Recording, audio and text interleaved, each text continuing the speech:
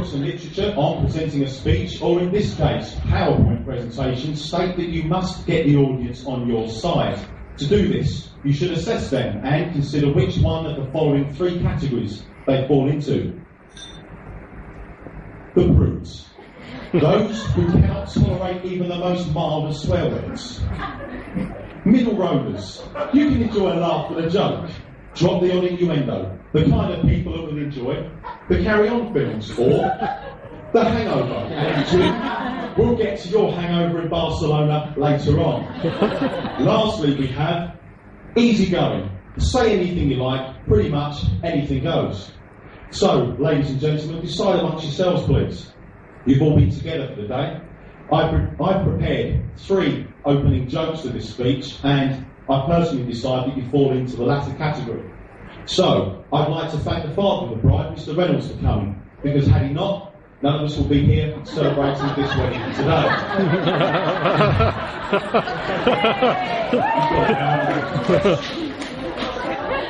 At this stage, I should mention I am available for children's parties, so it's in at the end. Now, we really do need to get something out of the way. If you think I'm going to stand here doing this presentation saying, oh, how did that get in there? Pretending that silly, pointless images have made their way onto my computer without my knowledge, then you're very much mistaken. I'll be completely honest with you, I put each one of them in there, okay?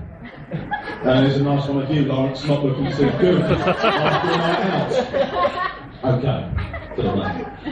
Seeing as we are celebrating a wedding, I decided to bring along the current Mrs. Christina with me, or my first wife. Jim, they are terms of endearment which I find help to keep the good lady on her toes. So keep that in mind, please.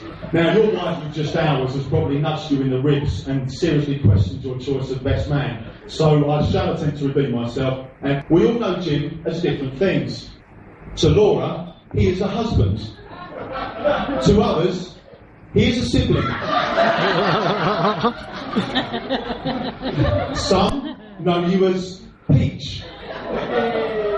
Others, Billy Whiz. Or there's Billy Whiz, the lad from Essex Boys. To others, Jim, you are a sweet little boy. I know you as Jim, my friend, who, once upon a time, modelled his hair on this man. Then, changing it drastically, you styled it like this lad. Fortunately, you've now reached a happy medium. Jim, you are now a son-in-law, and I do think it's interesting, ladies and gentlemen, to show you what Jim wore the first time he met Laura's parents. Now, you are also a keen football fan, but forgive me, it is Tottenham you support, is that correct? Yes? Good, because for a moment there, I thought I saw you wearing an Arsenal shirt.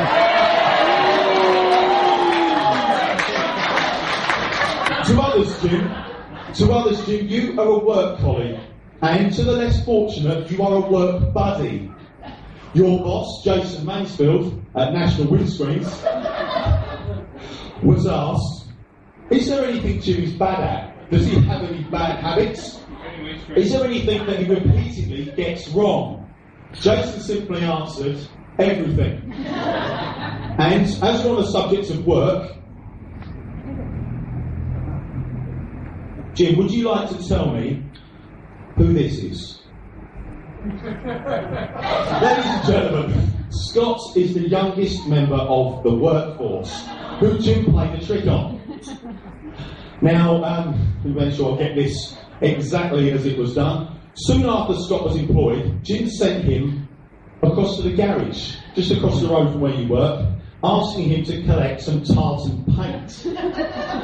This is all true. Upon returning, Scott brought back with him a can of brake cleaner with the words black and red written on it. Clearly he's not a bright lad. Yes, I know. Yes. Now, clearly, Jim then sends him back, saying that he wanted red and black. The garage staff then returned young Scott with the original bottle and instructions to Jim that it is correct. Jim, not content with the impact so far, then sends Scott back again, turning to ask that if the can is held upside down, will it come out red and black as he initially wanted? Poor Scott was bounced back again. The garage told him to say that if he sprays the paint from right to left, it will come out black, and if it goes from left to right, it will come out red. Jim, an outstanding wind-up that will, for many years, make me laugh. So well done on you there. Jim, you know what's coming now, don't you? Your keen desire to use my rocket launcher and fire fireworks at houses really does make me stand out from the rest. Again, I'll do my best on the sound.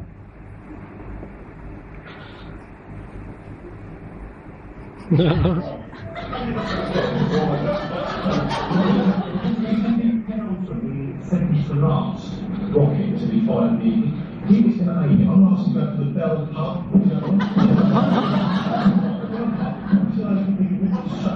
Box that one. The big one. My name is Jim Nichols. I'm a manager. I reckon I'll get a little bit more. About there. Good call by the girls. Do you want a good there, girls? You're on. Okay, that's it. Hang on, there.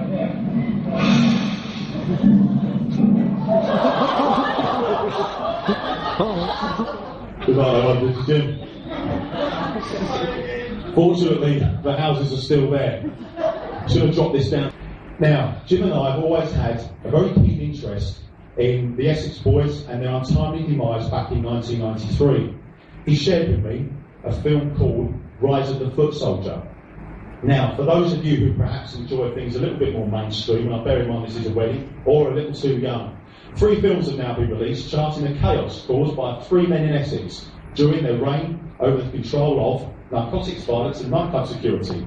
Several books have also been written documenting the mystery and intrigue surrounding how 3 men came to meet their end in a Range Rover one evening.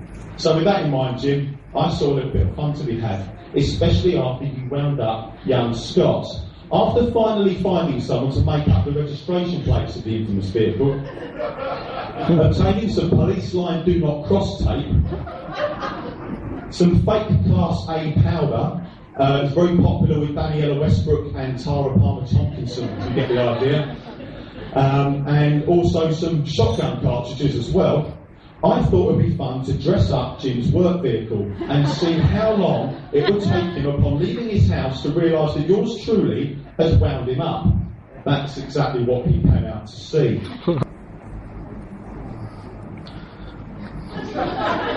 Okay, I waited for 2 hours behind the silver car to wait to see Jim walk out of his house. And he looks a little surprised. The camera does zoom in shortly. Continues to look at this vehicle. Lovely bit coming up. He takes a little look around, see if any other vehicles are coming down. So he goes in for a closer look.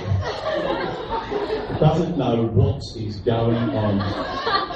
And this is one of the parts that I like best. Crouches down and whoops. What is he doing there? Oh, it's to sample the product. Now, I'm just going to skim this, ladies and gentlemen. He nips round the back of the vehicle and then comes back round. And I have not freeze-framed this. He then stands there for a full 19 seconds, completely bewildered, trying desperately to comprehend what has happened to this.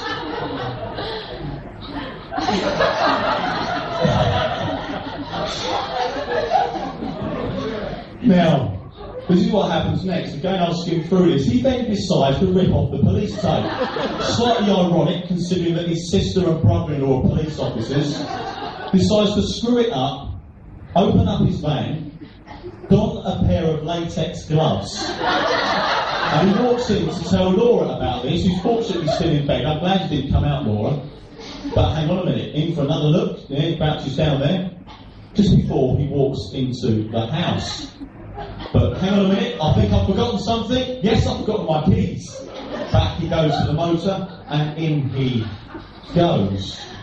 Grab your keys, that's it, Jim. Don't want anyone running off with those now. Careful, you put your foot on. Another little look. And off he goes. Okay, ladies and gentlemen, just bear with me while I swap videos over. Jim returned very, very quickly to his vehicle. And that crime scene that I personally created, he intends to decimate. Spends a worrying amount of time crouched down behind that vehicle. That's it. Again, got white pad all over your foot. That's it. Kicks up underneath the motor, but forgets that the registration plates, they're 424 MPE on there. He then gets into the car, but hang on a minute, gets another opportunity. I better quickly check around the back of the vehicle. No, nothing's wrong. Work.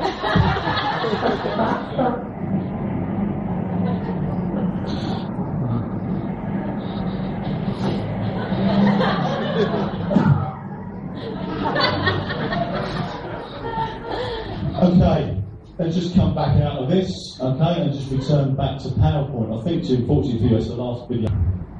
Jim, you went off to work, and to quote the words of Jason Mansfield, well, I actually can't quote the words of your boss, you were rather scared, I think. You called up the police, not much point after completely destroying the evidence, but you realised something was wrong once those registration plates were made known to you. Fortunately, that's when you called me, and I confess. Fusion. Jim, I am very grateful to you for being my friend, the absolute loon, the good sport, the boat wrecker, the supporter of a North London football team, the person who likes to chat on the phone, the guy who chose an outstanding place to have his stag weekend, and I nearly forgot, you're the guy who hates underground trains.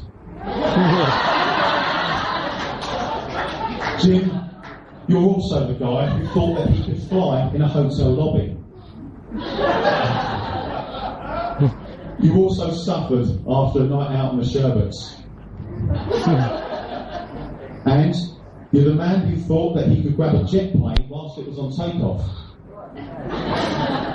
And finally, you're the Jim that I know who loves to dance.